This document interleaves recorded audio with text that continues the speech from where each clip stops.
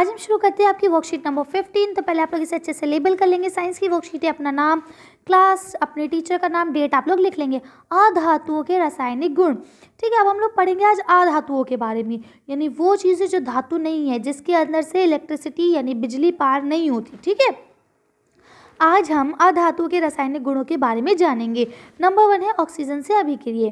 ठीक है, तो अधातु ऑक्सीजन से अभिक्रिया कर अधातु ऑक्सीजन से क्रिया कर ऑक्साइड बनती हैं। ठीक है, यानी अगर हम कोई अधातु है, यानी वो जो मेटल नहीं है, वो नॉन मेटल जो है, अगर उसको हम ऑक्सीजन से रिएक्ट कराते हैं, अभिक्रिया उसकी करवाते हैं, तो वो ऑक्साइड बन जाता है। एग्जाम्पल के तौर पे अगर हम कोई धातु लेते हैं, अधातु लेते हैं और उसको O2 से यानी ऑक्सीजन से रिएक्ट कराते हैं, तो अधातु ऑक्साइड बन जाएगा। ठीक है, एग्जाम्पल के तौर पे आप सल्फर को जलाने पर वह ऑक्सीजन से अभिक्रिया कर सल्फर डाइऑक्साइड गैस बनती है, और जब सल्फर डाइऑक्साइड को जल में विलय किया जाता है तो सल्फ्यूरिक अम्ल प्राप्त होता है। कहने का मतलब ये है कि जब हम सल्फर को जलाते हैं तो उससे ऑक्सीजन के प्रेजेंस में ही जलेगा वो। यानी अब सल्फर ने ऑक्सीजन से रिएक्ट करा तो सल्फर डाइऑक्साइड बना, और जब हम इस गैस को सल्फर डाइऑक्साइड को जल में घोल देते हैं, जल में मिला देते हैं, तो सल्फ्यूरिक एसिड बन जाता है। ठीक है, अब देखें यहाँ एग्जाम्पल दिया गया कि सल्फर ऑक्सीजन में उसे जलाया गया तो वो क्या बन गया, सल्फर डाइऑक्साइड बन गया। ये आपके केमिकल सिंबल है, यानी केमिकल नेम है। फिर अब देखिए सल्फर डाइऑक्साइड है H2O, उसको अगर हमने जल में डाला, जल के साथ रिएक्ट करा तो क्या बन जाएगा, ये H2O था ना, सल्फर डाइऑक्साइड, जल से करा तो क्या हो जाएगा, सल्फ्यूरिक एसिड बन जाएगा। इसी तरह से अगर हम कार्बन को ऑक्सीजन से करेंगे तो कार्बन डाइऑक्साइड बन जाएगा, और अगर जब हम लोग कार्बन डाइऑक्साइड को पानी से करेंगे तो कार्बोनिक अम्ल बन जाएगा, यानी कि आपका कार्बनिक एसिड बन जाएगा। समझ रहे हैं आप लोग। और ये आपके केमिकल नेम है, ये फॉर्मूला वाले यूज़ होते हैं।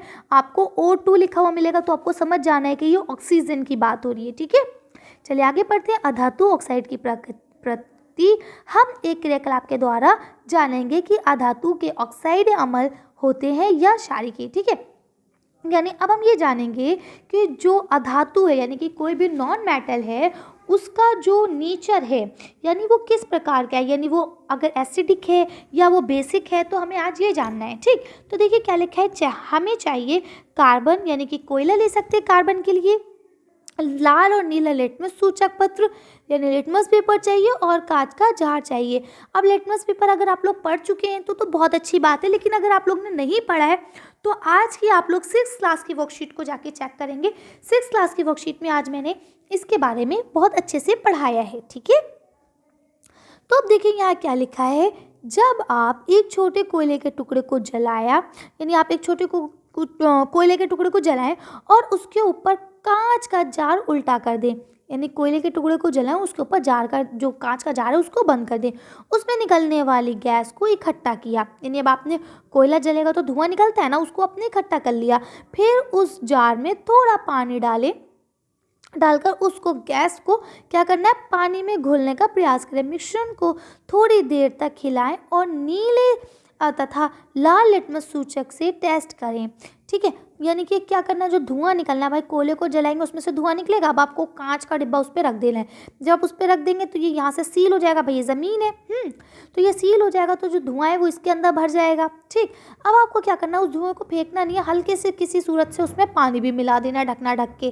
ठीक, फिर उसके बाद उसको आप मिलाने की कोशिश करेंगे तो आपके पास एक तरह से एक मतलब सॉल्यूशन प्राप्त हो जाएगा आपको।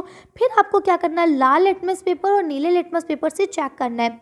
ठीक है, तो क्या लिखेंगे, हमने देखा कि ये पानी और गैस का मिश्रण नीले लिटमस को लाल कर देता है, यानी नीला लिटमस जो है वो लाल हो जाता है। अब अगर नीला लिटमस लाल हो गया तो इसका मतलब ये है कि वो जो है एसिडिक है। ठीक है, तो हम ये कह सकते हैं कि जितनी भी धातुएं हैं वो ऑक्साइड की प्रकृति में अम्लीय होती हैं। ठीक है, अधातु जो भी हैं वो अगर ऑक्साइड के रूप में, यानी कि अगर उसमें पानी मिला दिया गया ऑक्सीजन के साथ हैं अगर वो, तो वो किस में हो जाएंगी, अम्लीय रूप में हो जाएंगी। इसके साथ हम यहाँ लिखा है जल से अभिक्रिया। अभी हमने किससे अभिक्रिया करी, हवा से, है ना, वायु से। अब हम लोग किससे करें, जल से। सामान्य अधातु जल से अभिक्रिया नहीं करते, यानी ज़्यादातर अभी जो भी अधातु हैं वो जल से अभिक्रिया नहीं करते, यानी जल के साथ रिएक्ट नहीं करते हैं। ठीक है, लेकिन कुछ अधातु वायु में होते हैं, वायु में बहुत सक्रिय होते हैं, इसीलिए ऐसे धातुओं को जल में रखा जाता है। अब क्या है, आप कह रहे हैं कि कुछ धातु जो है ना वो हवा के संपर्क में आते ही जल जाएंगे या कुछ ब्लास्ट करेंगे, इस वजह से मतलब बहुत ज़्यादा रिएक्टिव होते हैं, वो बहुत जल्दी अभिक्रिया करने लगते हैं। तो इसलिए ऐसे धातुओं को हम लोग जल में रखते हैं, क्योंकि जल में वो जो है इतनी आसानी से रिएक्शन नहीं कर पाते हैं। उदाहरण के लिए इन्होंने क्या लिखा है, फास्फोरस। ये एक बहुत सक्रिय धातु है और ये वायु में खुला रखने पर आग पकड़ लेता है। अगर फास्फोरस को हम लोग वायु में खुला रख देंगे तो फास्फोरस जल जाएगा, ठीक है। फास्फोरस से वायुमंडलीय ऑक्सीजन का संपर्क ना हो, इसलिए उसे हम जल में रखते हैं, ठीक है। क्योंकि आपको पता है जल के अंदर ऑक्सीजन मिली हुई होती है तभी वो जल बनता है। इसका मतलब ये कि उसके अंदर से ऑक्सीजन पार नहीं हो पाती है। तभी तो आप देखिए, अगर आप पानी में जाते हैं तो आपको सांस लेने में प्रॉब्लम होती है, इसलिए तो आपकी सांस ऊब जाती है ना। तो इसीलिए उसको जल में रखा जाता है। क्यों? क्योंकि जल के अंदर से ऑक्सीजन प्राप्त नहीं होती है, ठीक है। अब क्या लिखा है, अम्लीय से अभिक्रिया। अब अगर हम उसको एसिड से कोई अधातु है उसको आप एसिड से करते हैं तो सामान्यतः अधातु अम्लीय से अभिक्रिया नहीं करती, यानी कि अगर कोई अधातु है वो एसिड से कोई रिएक्शन नहीं करेगा। एग्जाम्पल के तौर पे अगर आप एक लकड़ी का टुकड़ा लें, उसे एसिड में डालेंगे तो उसमें कोई चेंजेस नहीं आएंगे। वहीं अगर आप एक लोहे का टुकड़ा लेंगे और अगर वो गंदा है कहीं से और उसको आप एसिड में डालेंगे तो वो उसका एरिया साफ होने लगेगा, है ना। इसे खास क्षारकों से अभिक्रिया। अब यानी कि जो बेसिस होते हैं उनसे, तो यहाँ लिखा है अधातु की क्षारों से अभिक्रिया जटिल होती है, यानी इसको करना थोड़ा मुश्किल काम है। इसके बाद लिखा है कुछ अधातुओं के नाम। अब कुछ अधातुओं के नाम क्या लिखा है, सल्फर, कोयला, ऑक्सीजन, नाइट्रोजन और आयोडीन। ये आपके कुछ अधातुओं के नाम है, ठीक। अब आगे लिखते हैं कि स्वयं को जांचिए। अब आपको ये जांचना है कि आपने कितना सीखा और कितना आपके समझ में आया। प्रश्न नंबर 1, समानता पार जाने वाली 4 अधातुएं।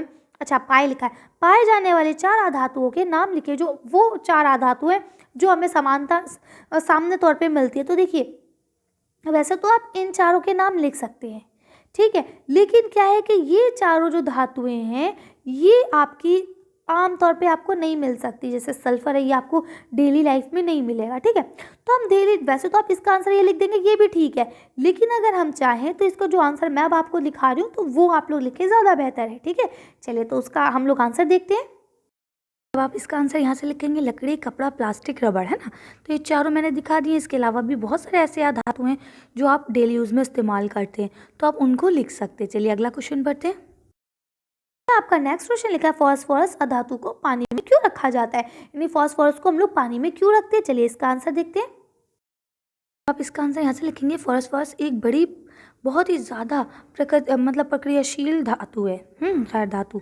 ये हवा के संपर्क में आते ही आग पकड़ लेता है, ठीक है। जैसे ही हवा के संपर्क में आके जलने लगता है, इसी वजह से इसे बचाने के लिए कि ये जले नहीं, इसको पानी में रखा जाता है।